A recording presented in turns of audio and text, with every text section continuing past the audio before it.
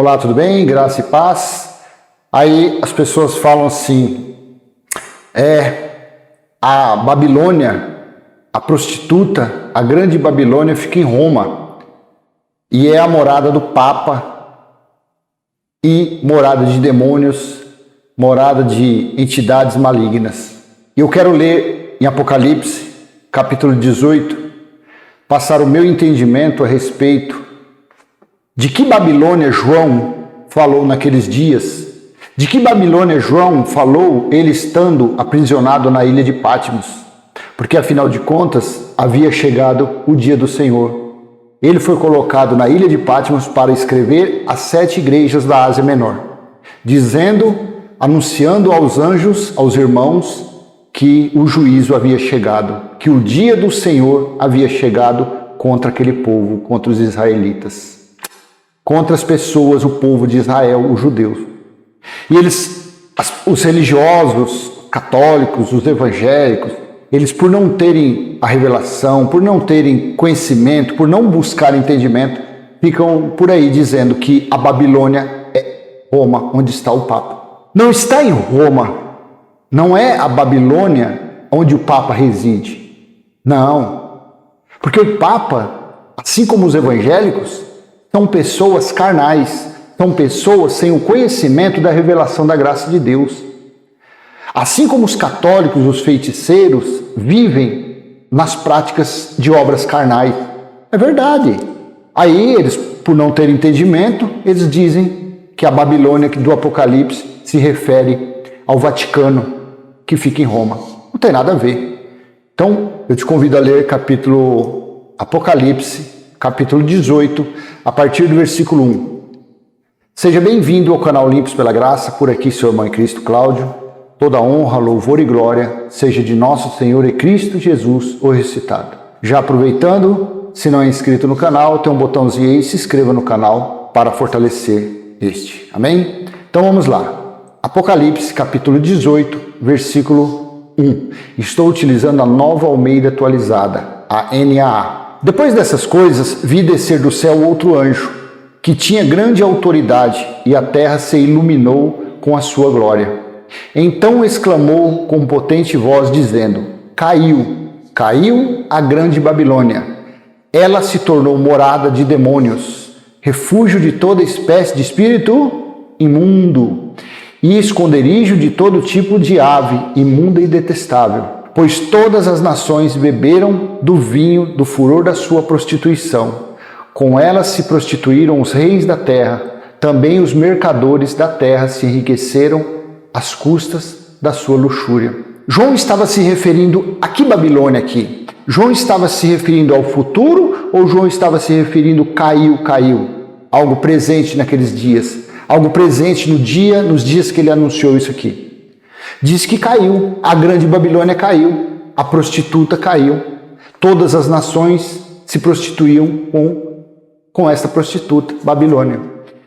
Essa Babilônia aqui João estava se referindo ao templo que havia em Jerusalém, ao templo que estava localizado dentro dos muros de Jerusalém. Caiu a grande Babilônia. Isso aqui, General Tito invadiu Jerusalém, após matar milhares, aprisionar milhares, houve então a queda da Babilônia. Então João aqui não futurizou nada. João diz, caiu naqueles dias, algo presente.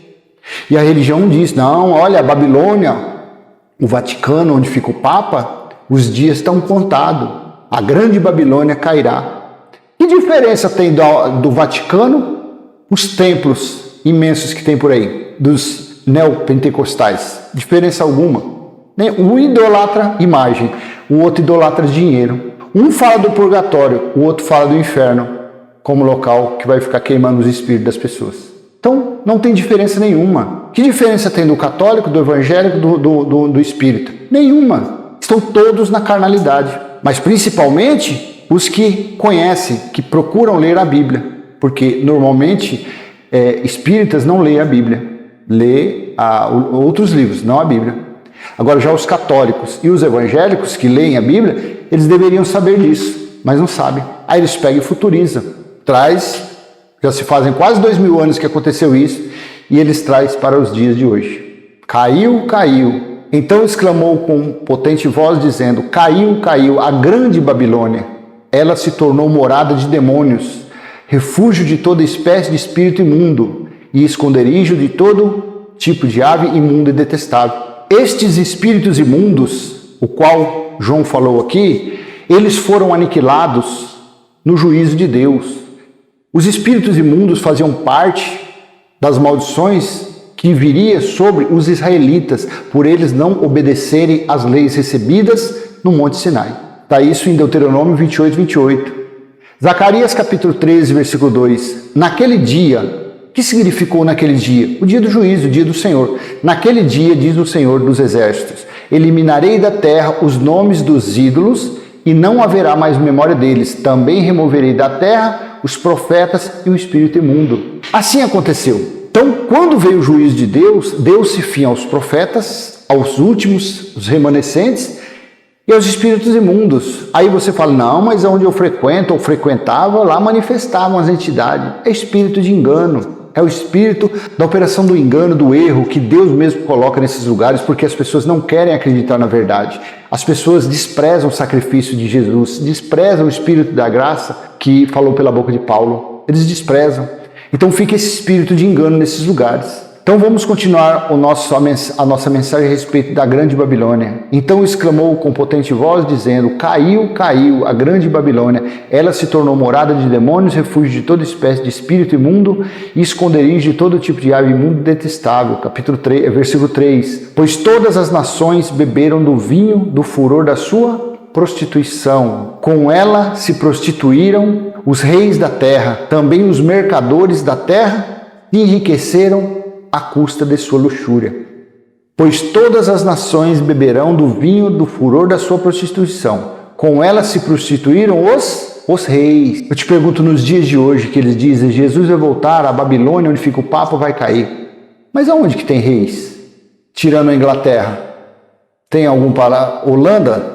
Tem mais algum lugar que tem rei? O Brasil tem rei? Argentina, Estados Unidos, Rússia? Onde tem? Com ela se prostituíram os reis da terra.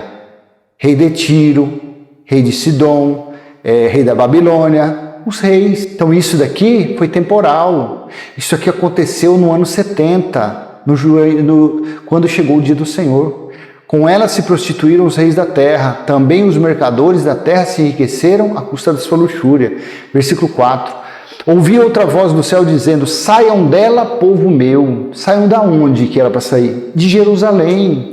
Saiam dela, povo meu, para que vocês não sejam cúmplices em seus pecados. Os pecados eram as transgressões das leis de Moisés, e para que os seus flagelos não caiam sobre vocês. Segundo Flávio José, segundo Google, historiadores, lá tinha a montanha de Massada, o monte de Massada, que se esconderam quando veio isso, quando veio o ataque dos romanos a Jerusalém. As pessoas corriam igual rato para dentro dos esgotos. Aí, por isso que se acharam pergaminhos escritos do Mar Morto, lá nas montanhas de Qumran. Na montanha de Massada, eu não lembro se foi 1.000 ou 2.000 pessoas se esconderam lá. Aí no final de tudo, eles se suicidaram. Acho que sobrou só um, porque eles não queriam ser mortos pelos soldados, pelos romanos.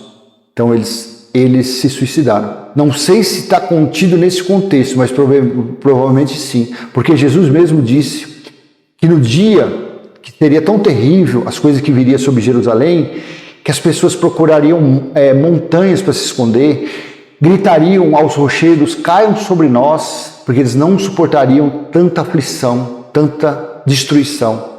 Isso ocorreu no ano 70, dentro dos muros de Jerusalém.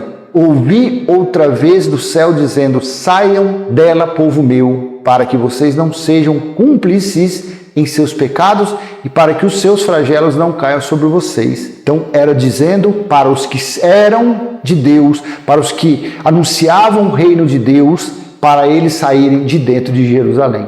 Tem cabimento isso, essa situação acontecer nos dias de hoje?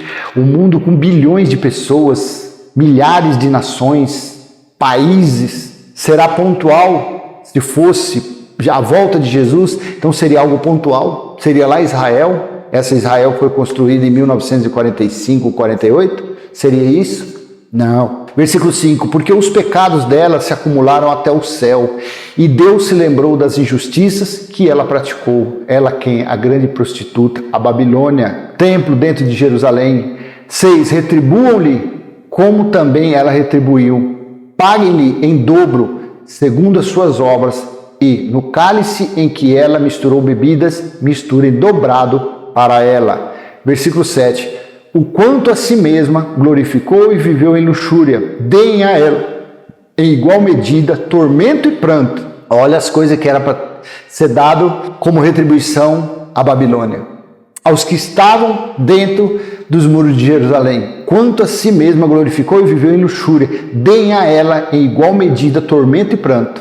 Porque ela pensa assim, estou sentada como rainha, não sou viúva, nunca saberei o que é pranto.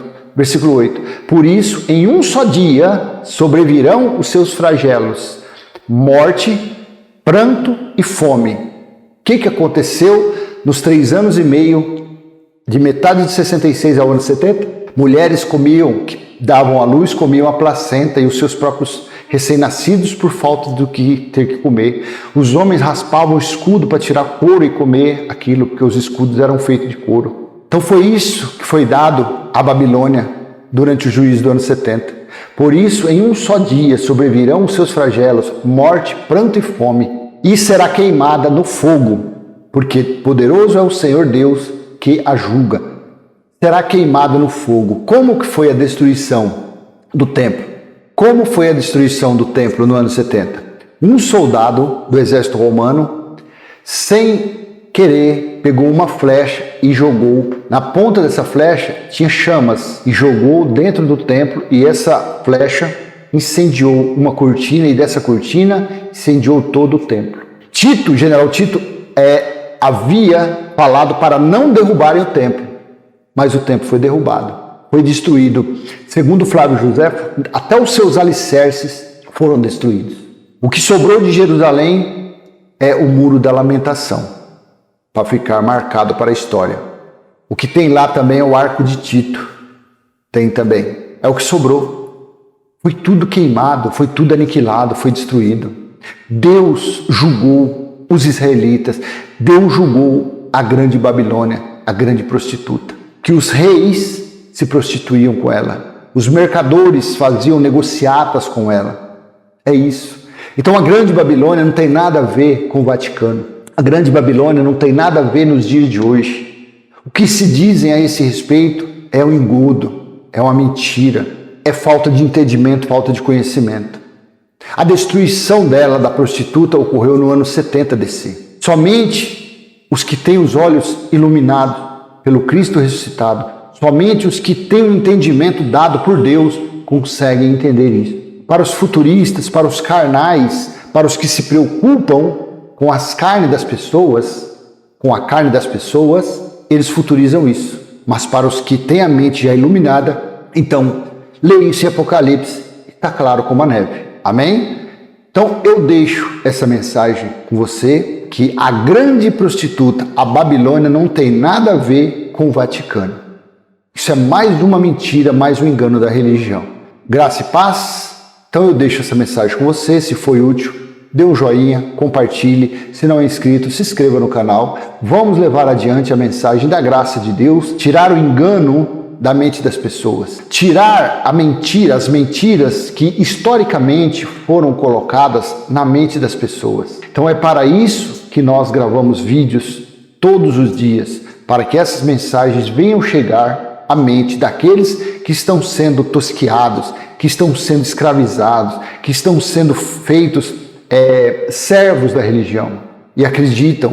E eles, quando vê o Vaticano, olha, tá vendo aí a Babilônia, tá vendo? Essa é a Babilônia que Deus vai destruir. É muito engano. Mas isso não é de hoje. Isso vem desde os pais da igreja. Isso é coisa, algo secular. Você vê que grandeza, que maravilha, depois de séculos, séculos e séculos, o Espírito da graça, o mesmo que falou pela boca de Paulo, hoje está nos seus ministros, naqueles que ministram a sã doutrina, naqueles que ministram a graça de Deus. O mesmo Espírito deu esse entendimento, que deu entendimento para os 7 anjos das igrejas, o que deu entendimento para João escrever o livro de Apocalipse, o Espírito da graça que deu entendimento para Paulo também nos deu entendimento, para entender essas maravilhas. Amém? Graça e paz. Até a próxima, se Deus assim permitir. Tchau, tchau.